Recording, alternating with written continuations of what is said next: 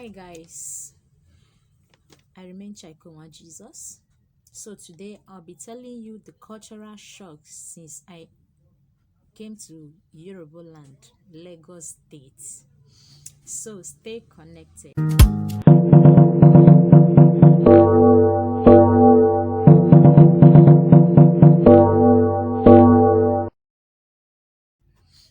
Welcome to my channel.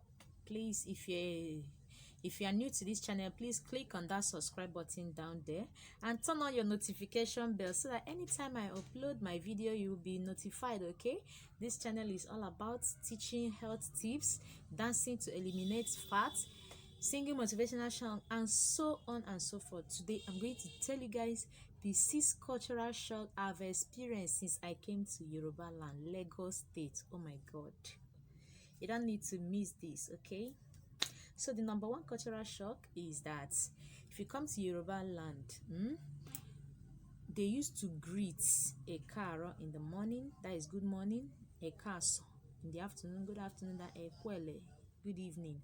So, and when they are greeting, they used to bow down, as in bow down like somebody that is worshiping God.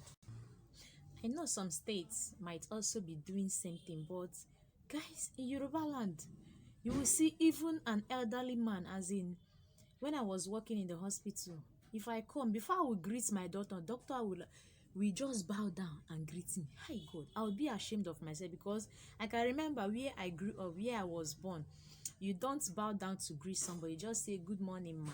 That ma is a sign of respect. But in Yoruba land, they will bow down, they will lie flat on the ground, especially when they see afar, or afar is somebody that leads them in Muslim or something like that.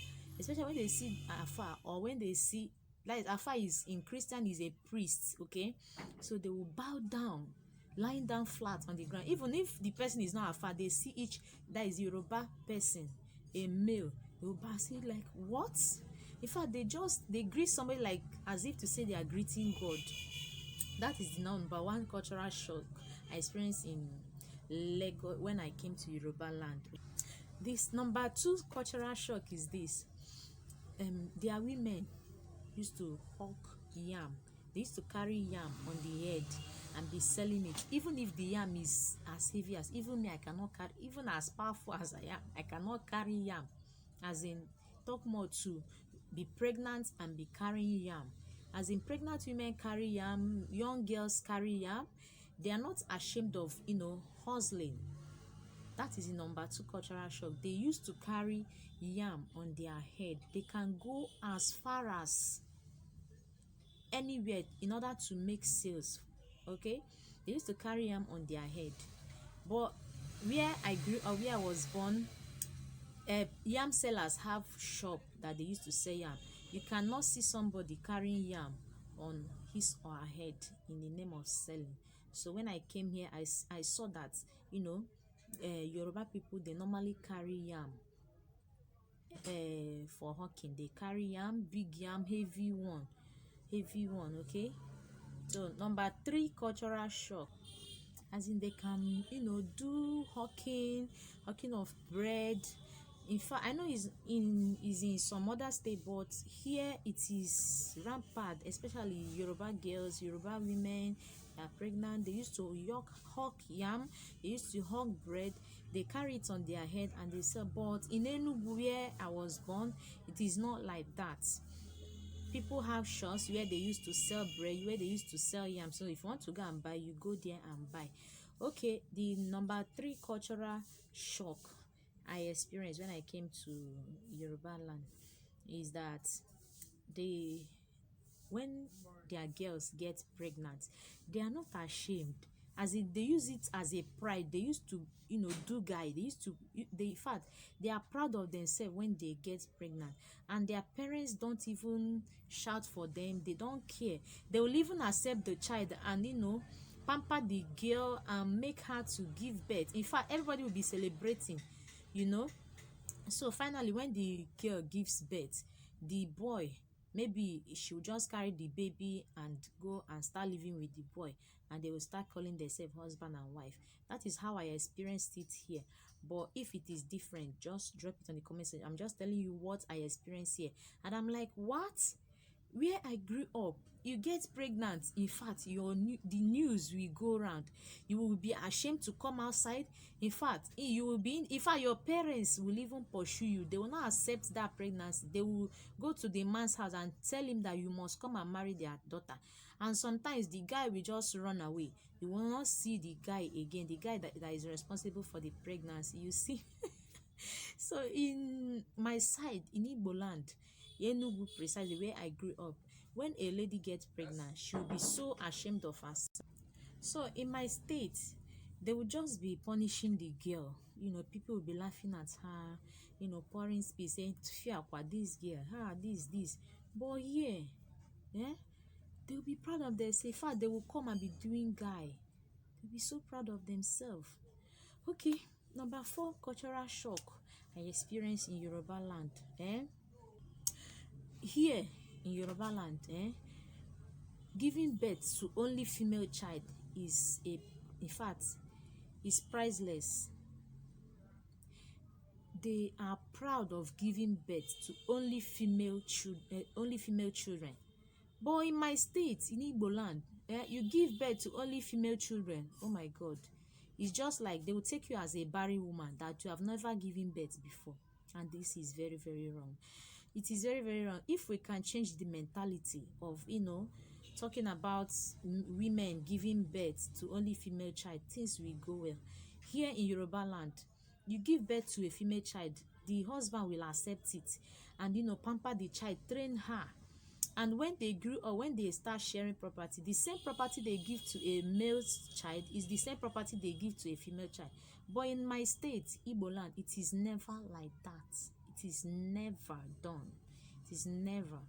So in my state, even if if you give birth to only female child and the husband dies, the elders will, tell the brother of the man to come and take over the woman's property.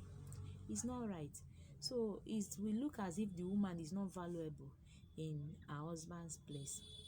Here in Yoruba land, they enjoy their female children, they enjoy their male children, and when sharing property, everybody votes. If you come here, women own houses. I mean, they own shops. I mean, they own, in fact, and if you do inquiry, you find out that it is inherited from their father. Okay, so number 6, I think number 5. So the number 5 cultural shock. The kids used to learn skills. Okay, so if you come here in Yoruba land, you will see a lot of children, like primary school students. They are going to school and they are learning how to sew clothes. They are learning how to do mechanic, organizer, welding, all these skills. You see they are girls, small girls learning how to sew clothes. You see they are small boys learning how to do mechanic or something, stuff like that. But in my land, in Igbo land, in Enugu state where I grew up, it is only when you finish secondary school that you will be engaged in a skill. When you finish secondary school, that is when your parents will engage you in a skill, unless if the child doesn't have a helper, or maybe his or her parents don't have money to train him or her in school. That is only when you will see an Igbo girl or Igbo boy learning a skill or going. In fact, mostly Igbo, what they do is to send their child for house help, or to send their male child for doing serving boy. Okay, but here you hardly see Yoruba man going to serve boy or something like that. Their parents engage them in skills. So you'll be like, you come outside, you see a child learning how to do fix machine, learning how to fix motor, learning how to wire motor or something. You see a girl child, just a small girl, learning how to sew clothes, and before you know it, by the time the person will reach the age of 12, 13, 14, 15, or even 18, before she will finish secondary school, she have already known how to sew a clothes. That is it for Yoruba people, for you. Okay, so number 6, finally my number 6 cultural shock I experienced here in Yoruba is that they give birth to small babies, small, tinkany. I know you'll be surprised, but that's the truth. So because I worked in the hospital before, so when they give birth, you will notice that their baby come out so small, like rats. You'll be wondering. But when I do investigation, I found out that there is one food that they used to eat. They say is ewedu. That this ewedu, and they used to take a lot of agbo. Don't worry guys, in my next video I'll tell you everything you need to know, some things you need to know about Yoruba land before coming to Yoruba land, Lagos State. So this is the last but not the least. So when they give birth to these small babies, it will be so small. Like one woman near my business place, she was 7 months pregnant, and she was like having contraction. Before she would have reached to the hospital, the baby started coming out. They have to cover her up and help her to push out the baby. So when the baby came out, it was just like rats. Just 7 months baby, it's just like thinking that small rat. So the baby didn't survive because I don't know, the baby didn't survive. Okay, so before they could reach to hospital for other things, medical things, the baby died. Okay, that is it. Yoruba people, they give birth to a small baby, and when you ask them, they will tell you that they used to drink a lot of agbo. Agbo means all this herbal medicine. They used to drink a lot of it, and they used to eat ewedu. They told us that ewedu used to make you to give birth easily.